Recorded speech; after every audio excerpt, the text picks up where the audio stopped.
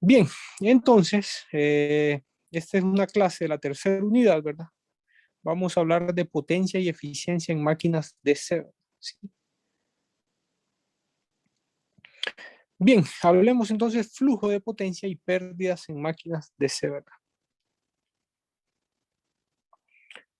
Bueno, como ustedes saben, en una máquina eléctrica, ¿verdad? Así como hacíamos en el transformador, nosotros podemos calcular eficiencia utilizando esa expresión que ven en pantalla, ¿verdad? Potencia de salida entre potencia de entrada por 100%, ¿verdad? También existe otra forma más fácil de escribir esta expresión, ¿verdad? Que es como potencia de salida menos potencia de pérdidas entre potencia de entrada, ¿verdad? Bien, ahí hay un error, ¿verdad? Me parece que hay un error. Esto no debe ser potencia de salida, ¿verdad? Sino que debe ser potencia de entrada menos las pérdidas, y eso es la potencia de salida, ¿verdad? ¿Sí? Si ustedes a la potencia de entrada, ahí debe ser potencia de entrada, ¿verdad? Y en su cuaderno, ese componente, ese de ahí, ¿verdad? Debe ser potencia de entrada, ¿verdad? Menos potencia de pérdidas, ¿verdad? Menos las pérdidas que ocurren en la máquina, es igual a la potencia de salida, ¿verdad? Entonces el numerador es la potencia de salida, ¿verdad? Así que ahí debe ser potencia de entrada menos las pérdidas entre la potencia de entrada. Esa es otra expresión para encontrar nosotros la eficiencia, ¿verdad? Entonces, así como lo hacíamos en el transformador, lo que nosotros nos preguntamos ahora es cuáles son las pérdidas en una máquina DC, ¿verdad? ¿Sí? Entonces, las pérdidas en una máquina DC las podemos enumerar en esas 5 que aparecen ahí en su pantalla, ¿verdad? Las pérdidas en el cobre, como ustedes saben, tiene enrollado de vanados, ¿verdad? Y esos son, eh, es un alambre de cobre, ¿verdad? Y ese alambre de cobre presenta oposición a la corriente que se muestra como en forma de calor, ¿verdad? ¿Sí? Entonces esas son las pérdidas en el cobre. De ahí están las pérdidas en las escobillas, están las pérdidas en el núcleo. Recuerden que el núcleo es un material ferromagnético, pero presenta pérdidas así como lo hacía en el transformador. Tenemos las pérdidas mecánicas y tenemos las pérdidas dispersas o misceláneas. Si queremos ahora ver y definir, ya sabemos el nombre de las pérdidas, pero ahora queremos definir cómo calcular cada una de ellas. Entonces comencemos con la primera, ¿verdad? Las pérdidas en el cobre. Recuerden ustedes que las pérdidas en el cobre de cualquier elemento, ¿verdad? Se pueden calcular como R por I cuadrado, ¿verdad? ¿Sí? Entonces, como ustedes saben, en la máquina DC existen dos circuitos, ¿verdad? Un circuito de campo y un circuito de inducido, ¿verdad? Y ambos tienen una resistencia equivalente, ¿verdad? Por tanto, las pérdidas las podemos dividir en dos pérdidas. Las pérdidas en el cobre, ¿verdad? Nada más las pérdidas en el cobre las podemos dividir en dos. Pérdidas en el inducido, que van a ser calculados por esa expresión que ven ahí, y las pérdidas en el circuito de campo, ¿verdad? ¿Sí? ¿Sí? Y cada uno de los valores aparecen ahí abajo especificados, ¿verdad? Pero yo creo que ustedes los entienden muy bien, ¿verdad? Bien, hablemos ahora de las pérdidas en las escobillas. Miren que es un elemento, ¿sí? Que sí, es parte de la construcción de las máquinas DC, como ustedes ven, si se acuerdan de la figura, aparecen lo que nosotros llamamos escobillas, ¿verdad? Entonces, esas pérdidas en escobillas se calcula es igual al voltaje de las escobillas por la corriente de armadura, ¿verdad? ¿Sí? Ahora, ese voltaje de las escobillas es un valor que generalmente se enuncia en el problema, ¿verdad? Y si no se enuncia, nosotros podemos asumir que ese voltaje de las escobillas es de 2 voltios, ¿verdad? ¿Sí? Porque ese eh, es un valor que se utiliza, ¿verdad? Entonces, 2 voltios, ¿verdad? Y la corriente de armadura, ya saben ustedes que depende de la operación, de cómo usted, o sí, cómo esté operando la máquina de ese, ¿verdad? Va a depender de eso. Bien, si ahora hablamos las pérdidas en el núcleo, acuérdense ustedes, como en un transformador, ¿verdad? Esas pérdidas son proporcionales a la densidad del flujo, ¿verdad? ¿sí? Y a la potencia de rotación, bueno, y proporcionales también a la velocidad de rotación de la máquina, ¿verdad? ¿Sí?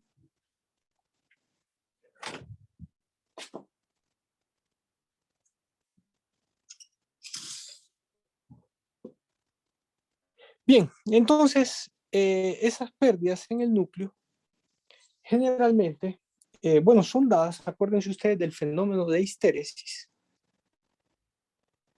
que ocurría y de las corrientes parásitas que ocurrían en un transformador, ¿verdad? Recuerden que la construcción de la máquina DC también es muy similar a cómo se construía un transformador, ¿verdad? Donde tenemos un núcleo de un material ferromagnético y en el cual existe un flujo magnético, ¿verdad? Que es transportado, que fluye por ese núcleo, ¿verdad? ¿Sí? Bueno, entonces esas pérdidas, fíjense que las pérdidas en núcleo generalmente son unas pérdidas que se van a describir en el enunciado, ¿verdad? Y si no, también son proporcionadas por unas pruebas que se le hacen a la máquina de CERN. Más adelante vamos a hablar de eso. Bien, las pérdidas mecánicas, ¿verdad? Se dan por la fricción y el rozamiento del aire, ¿verdad? La fricción que ocurre en el rotor y el rozamiento. Y sí, el rozamiento del aire se refiere a la oposición que presenta el aire, ¿verdad? A estar al movimiento que está haciendo ese rotor, ¿verdad? Entonces, estas pérdidas varían conforme al cubo de la velocidad de rotación de la máquina, ¿verdad? Entonces, esas pérdidas mecánicas también o nos dicen cómo calcularlas, que eso es, ahí ustedes a medida que hagan problemas van a encontrar ese tipo de, eh, ese tipo de enunciados, ¿verdad? Que les van a decir cómo calcular esas pérdidas mecánicas o se proporcionan, ¿verdad? Sí. Entonces, eso con respecto a esas pérdidas mecánicas. Bien, y de ahí por último tenemos las pérdidas misceláneas que son causadas, que son pérdidas dispersas, ¿verdad? Pérdidas que no hemos considerado en todas las otras potencias de pérdidas que hemos hablado, ¿verdad? Entonces, estas por convención se definen como 1% de la potencia a plena carga. Sí, de acuerdo. Entonces, estas pérdidas misceláneas siempre las vamos a tomar como el 1% de las pérdidas a plena carga.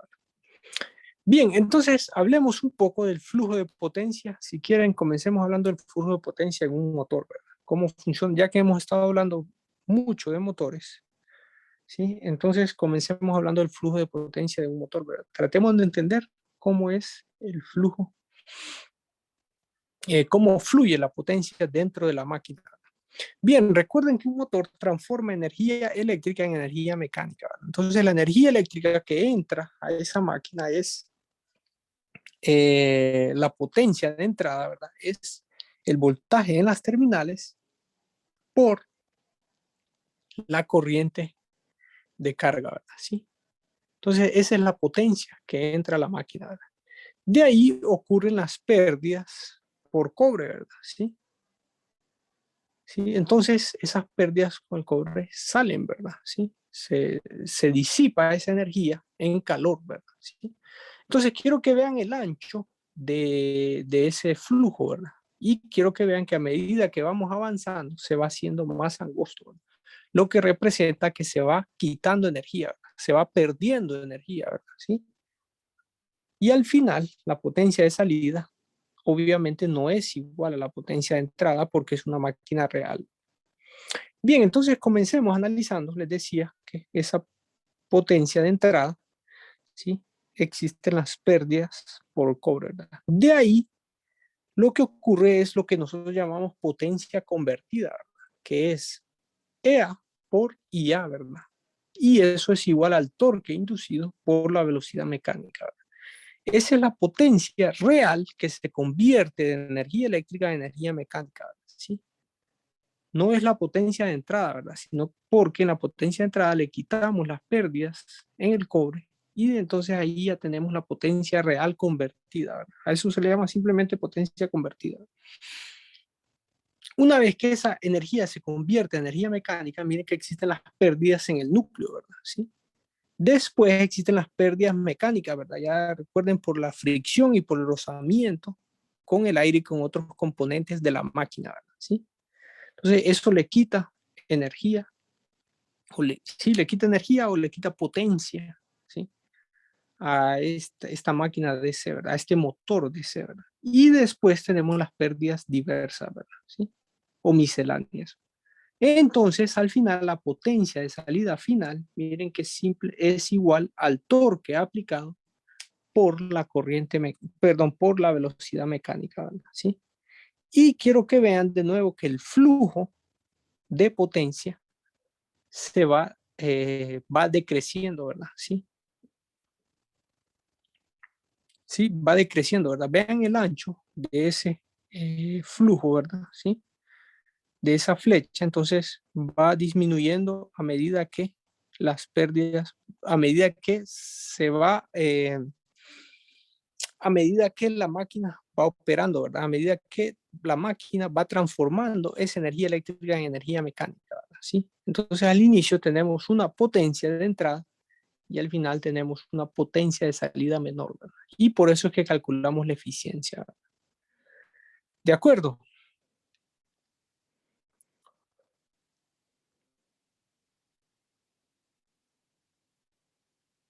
Bien, otra cosa que hay que aclarar aquí, miren que la potencia de salida se define como el torque aplicado por la velocidad mecánica, ¿verdad? Y vean que la potencia convertida, esa de ahí, se define como el torque inducido. Bueno, están las dos expresiones, cualquiera de las dos es válida, pero veamos la del lado derecho, es el torque inducido por la velocidad mecánica. Lo que quiero que vean es que el torque inducido no es igual al torque aplicado, ¿verdad? El torque inducido es el torque ideal, ¿verdad? El torque que sería, que se aplicaría a la carga si nosotros no tenemos ninguna pérdida, ¿verdad? Pero como existen todas las pérdidas mecánicas, ¿verdad? Entonces ese torque inducido es mayor al torque aplicado, ¿verdad? Entonces son diferentes torques, ¿verdad? A medida que ustedes desarrollen problemas, se van a dar cuenta que a veces el problema les requiere encontrar el torque aplicado. Entonces es este de acá, ¿verdad?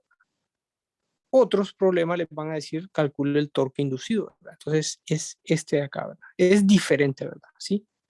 Siempre es diferente, ¿verdad? A menos que consideremos una máquina ideal, ¿verdad? Pero eso, como saben ustedes, nunca lo hacemos porque las máquinas eléctricas son máquinas reales, ¿verdad? ¿Sí? Tienen eficiencia y tienen pérdidas, ¿verdad? Si la eficiencia no es del 100%, ¿verdad? Sino que existen pérdidas porque son máquinas reales. Entonces eso es lo que quiero que vean, ¿verdad? Que el torque inducido es diferente al torque aplicado, ¿verdad? De acuerdo. Bien. Bueno, entonces ahí les dejo la expresión de potencia convertida, ¿verdad? Bien, antes de continuar, veámoslo en un generador, ¿verdad? Sí. Un generador, ¿verdad? Suministra o transforma energía mecánica en energía eléctrica, ¿verdad? De hecho, el generador es exactamente igual al motor, ¿verdad? Solo que el flujo de potencia es inverso, ¿verdad? ¿Sí? Simplemente lo vemos de forma inversa. Ahora de derecha a izquierda lo miraríamos. Entonces vean la expresión del flujo de potencia. Miren que comenzamos porque en el generador se aplica un torque y una velocidad, ¿verdad? O sea,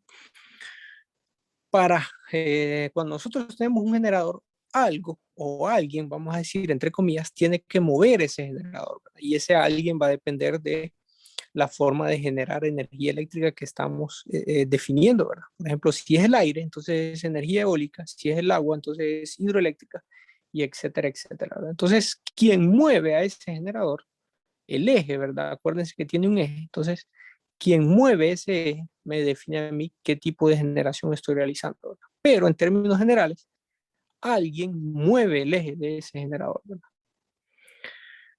Ese alguien, entre comillas, ¿verdad? Porque pues, puede ser aire, ¿verdad?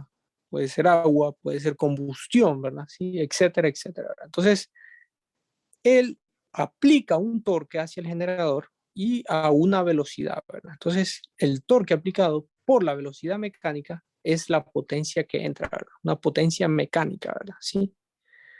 Ahora, como ustedes saben, la máquina es real, entonces tiene pérdidas misceláneas, ¿verdad? Entonces miren que el flujo de potencia se va haciendo más estrecho, ¿verdad? Después vienen las pérdidas mecánicas. Después vienen las pérdidas en el núcleo y una vez que quitamos las pérdidas en el núcleo, ese flujo de potencia se transforma, esa es la potencia convertida, ¿verdad? Que sería el torque inducido por la velocidad mecánica, ¿verdad? Que se transforma, se convierte a el voltaje inducido por la corriente de armadura, ¿verdad? Entonces esa ya es potencia eléctrica, ¿verdad? Y a la potencia eléctrica recuerden que se le restan las pérdidas por el cobre, ¿verdad? Y hasta que restamos las pérdidas en el cobre, entonces esa es la potencia de salida, ¿verdad? Obtendríamos la potencia de salida que va a ser el voltaje en las terminales por la corriente de carga, ¿verdad? ¿Sí? Entonces vean el flujo de potencia de un generador, compárenlo con el flujo de potencia de un motor y es exactamente igual, solo que visto desde el otro lado, ¿verdad? Visto desde el otro punto de vista, ¿verdad?